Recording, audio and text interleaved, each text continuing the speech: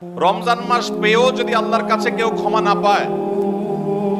একটা প্রসিদ্ধ হাদিস আপনারা সবাই কম বেশি শুনেছেন যে নবী সাল্লাল্লাহু আলাইহি সাল্লামের কাছে জিবরিল এসে বলেছেন, বাউদা মান আদরাকা রমাদান ফালাম ইউগফার লাহ, যে ব্যক্তি রমজান পেয়েছে অথচ রমজানের এই বিশাল সুবর্ণ সুযোগকে কাজে লাগিয়ে সে তার জীবনের সব গুনাহগুলো মাফ করাইতে পারে নাই,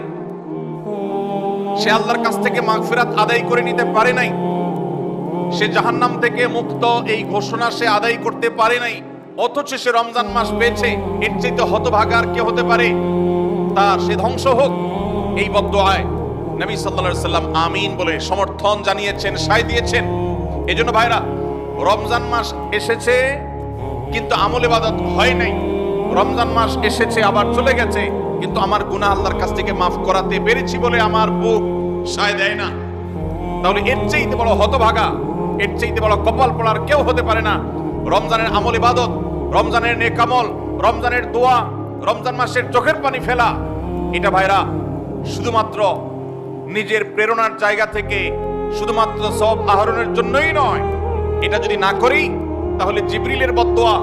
নবীজি সাল্লাল্লাহু আলাইহি সাল্লামের বদদুয়া, আল্লাহর পক্ষ থেকে ধ্বংস হওয়ার পরোয়ানা, এগুলো অনিবার্য হয়ে যাবে। এই কথা চিন্তা করে এখন থেকে রমাদান কেন্দ্রিক প্রস্তুতির অংশ হিসাবে আমাদেরকে প্রতিজ্ঞা করতে হবে, এইবারের রমাদানের প্রতিটা দিন আমি আল্লাহর কাছে চোখের পানি ফেলে একটা নির্দিষ্ট সময় কান্নাকাটি করব, আমার গুনাহ খাতাগুলোকে মাফ করাবো, জাহান্নামীদের তালিকায় আমার নাম যদি কোনো কারণে যেয়ে থাকে আমি এমন ভাবে রোনাজারি করব, এমন ভাবে ইস্তেগফার করব, এমন ভাবে চোখের পানি ফেলবো, একান্ত নীরবে আল্লাহর সাথে কথা বলবো যেন আমার সমস্ত গুনাহগুলো মাফ হয়, জাহান্নামীদের তালিকা থেকে যেন আমার নাম কেটে যায়। এর জন্য ভাইরা এখন থেকে প্রতিজ্ঞাটা করতে হবে। প্রস্তুতি হলো, কাজ হবে রমজানে, কিন্তু প্রতিজ্ঞা হবে এখন থেকে যে আমি কোনোভাবে এইবারের রমজানের সুযোগ আর হাতছাড়া করব না ইনশাআল্লাহ।